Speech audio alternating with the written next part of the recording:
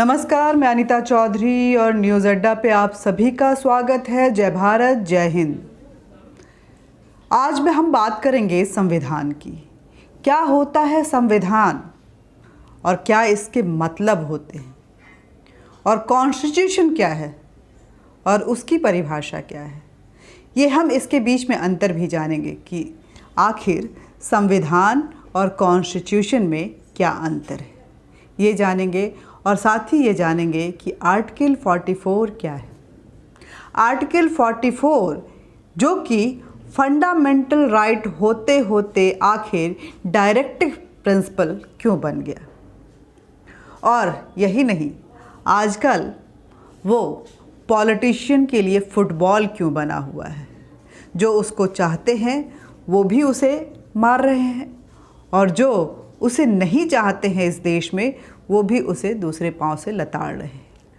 क्या है directive principle of article 44, ये सब जानेंगे। लेकिन मैं तो कोई संविधान की ज्ञाता हूँ नहीं, इसलिए मैं नहीं बताऊंगी। ये सारी चीज़ें हम सुनेंगे और जानेंगे संविधान विशेषज्ञ अश्विनी उपाध्याय जी से। देखिए, पहली बात तो आप इसको समझिए, ये मेरे हाथ में संविधान है। संविधान और कॉन्स्टिट्यूशन अलग अलग चीज़ है। संविधान दो शब्दों से मिलकर बना है, संविधान। ऐसा विधान जो सब पर समान रूप से लागू हो उसको कहते हैं संविधान, जबकि कॉन्स्टिट्यूशन की हिंदी होती है विधान। संविधान के लिए अंग्रेजी में कोई शब्द ही नहीं है। कॉन्स्टिट्यूशन मिलता जुलता है लेकिन एकदम एज इट इज संविधान नहीं है। जैसे धर्म के लिए आपके पास अंग्रेजी में कोई शब्द नहीं है तो हमने रिलीजन को अडॉप्ट कर लिया, जबकि धर्म बिल्कुल अलग है, रिलीजन बिल्कुल अलग है। धर्म पिता का धर्म, पुत्र का धर्म, पत्रकार का धर्म, वकील का धर्म, डॉक्टर का धर्म, इंजीनियर का धर्म, मंत्री का धर्म, सांसद का धर्म, विधायक का धर्म, ये होता है धर्म। लेकिन रिलीजन होता है मुस्लिम का, क्रिश्चियनिटी का, पारसी का। तो रिलीजन और धर्म अलग अलग है। वैसे ही संविधान बिल्कुल अलग है, कॉन्स्टिट्यूशन बिल्कुल अलग है। चूंकि कोई शब्द नहीं था तो हमने विधान अडॉप्ट कर लिया, कॉन्स्टिट्यूशन अडॉप्ट कर लिया। अब संविधान की आर्टिकल 44 जिसकी आप बात कर रहे हैं, बहुत विस्तृत चर्चा के बाद ये संविधान में आया था। 23 नवंबर 1948, 23 नवंबर 1948 को ये हमारे संविधान का हिस्सा बना, आर्टिकल 44। और अब तो ये डायरेक्टिव प्रिंसिपल में है। इसका मतलब कि संविधान ये कहता है कि केंद्र सरकार इसको लागू करे, राज्य सरकार इसको लागू करे, लेकिन एक्चुअली ये आर्टिकल 35 था, यानी ये फंडामेंटल राइट था। समान नागरिक संहिता आर्टिकल 44 ये फंडामेंटल राइट था ओरिजिनल कॉन्स्टिट्यूशन में। संविधान निर्माताओं के पास उस समय नहीं था, तो उन्होंने बोला कि अभी चूंकि इमीडिएटली इसको फंडामेंटल राइट बनाएंगे, इसका ड्राफ्ट बनाने का हमारे पास टाइम नहीं, तो इसको इन्होंने डायरेक्टिव प्रिंसिपल में डाल दिया और ये आशा किया कि जो हमारी सरकारें बनेंगी वो लागू करेंगी। ये दुर्भाग्य की बात है कि 125 बार अब तक संविधान बदला जा चुका है, 5 बार सुप्रीम कोर्ट का फैसला पलटा जा चुका है, लेकिन आर्टिकल 44 यानी समान नागरिक संहिता, यूनिफॉर्म सिविल कोड आज तक लागू नहीं हो पाया। लागू करना तो छोड़िए, आज तक उसका ड्राफ्ट भी नहीं बन पाया। और एक ड्राफ्ट इसका सामने नहीं है यूनिफॉर्म सिविल कोड का। इसके कारण हो क्या रहा है, जो इसका समर्थन करते हैं ज्यादातर उनको भी नहीं पता कि ये आर्टिकल 44 क्या है, समान नागरिक संहिता क्या है, और जो विरोध करते हैं उनको भी नहीं पता। एक तरीके से यूनिफॉर्म सिविल कोड एक पॉलिटिकल फुटबॉल बन गया है।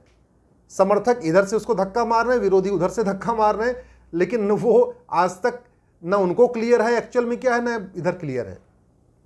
मैंने सिंगापुर का, अमेरिका का।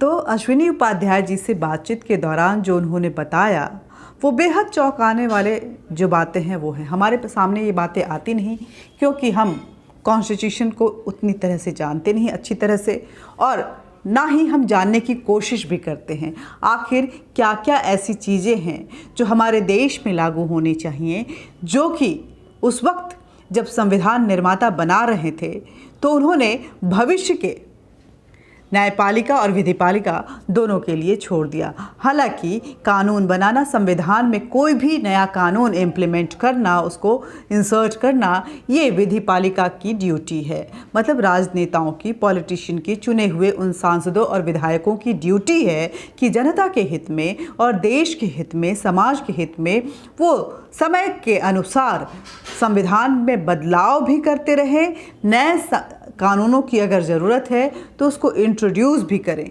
और संविधान निर्माताओं ने इस देश के भविष्य को लेकर के क्या कुछ सपने बुन के रखे हुए थे और जिनको कि वो डायरेक्टिव प्रिंसिपल के रूप में संविधान में जिसका जिक्र किया हुआ था, आखिर उसको लागू करने की भी जवाबदेही और जिम्मेदारी उन्हीं चुने हुए सांसदों और विधायकों की होती है।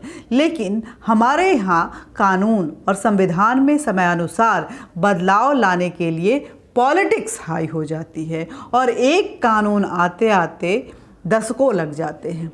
ऐसे में ये बेहद ज़रूरी है कि हम अपने संविधान जैसा कि हमसे बातचीत के दौरान अश्विनी उपाध्याय जी ने बताया, संविधान सबके लिए एक विधान, ये संविधान है और कॉन्स्टिट्यूशन यानी सिर्फ विधान, ये डिफरेंस है। संविधान का इंग्लिश का कोई वर्ड नहीं है, इंग्लिश में उसको हम ट्रांसलेट नहीं कर सकते हैं, लेकिन उसके अगल बगल का वर्ड हमने ढूंढ लिया और उसको कॉन्स्टिट्यूशन नाम दे दिया।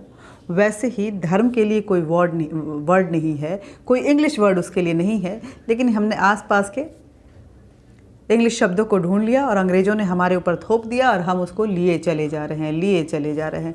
अंग्रेज़ों के इस थोपे हुए शब्दों से बचना है, अपने संविधान को समझना है, अपने संविधान निर्माताओं के उस सपने को जो उन्होंने संविधान लिखते वक्त सोचा था और कुछ चीज़ों को जो उस वक्त में आनन फानन में लागू नहीं कर पाए थे, उसको छोड़ दिया था कि आने वाले समय में इस देश के भविष्य को सुधारने वाले वो राजनेता जो कि इस संसद में बैठेंगे, जो कि विधान परिषद में बैठेंगे, उनके तरफ एक जवाबदेही, एक जिम्मेदारी देते हुए छोड़ा था।